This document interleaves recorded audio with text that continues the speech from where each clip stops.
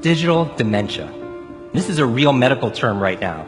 This is the idea that we're outsourcing our brains to our smart devices. We're so reliant on our smartphones that our smartphones are making us stupid.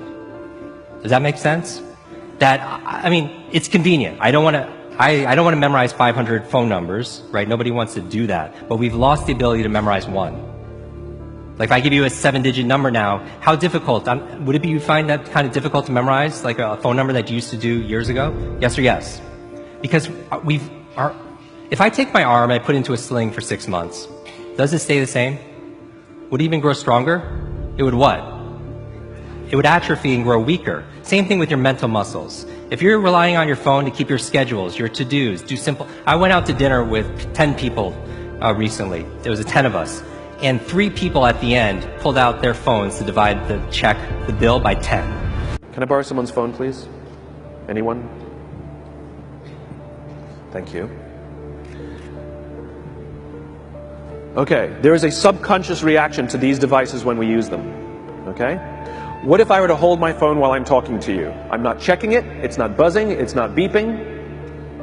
I'm nothing. I'm just holding it. Do you feel at this moment that you are the most important thing to me right now? No, you do not. Because there is a subconscious reaction we have to the device. When it is out, it makes the people around us feel that they are less important.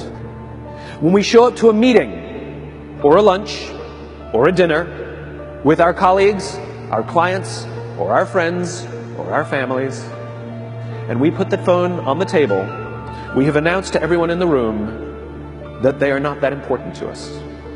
And by the way, putting the phone upside down is not more polite.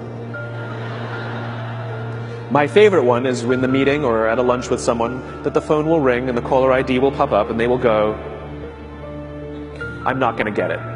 Oh, so magnanimous. Oh, I'm lucky to eat with you today.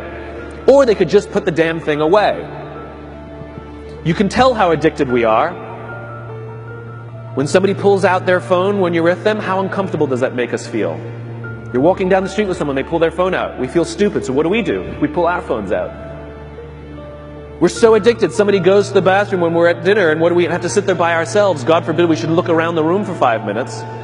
We pull our phones out. Meetings, awful. What do we do when a meeting happens, right? Everybody's sitting waiting for the meeting to start.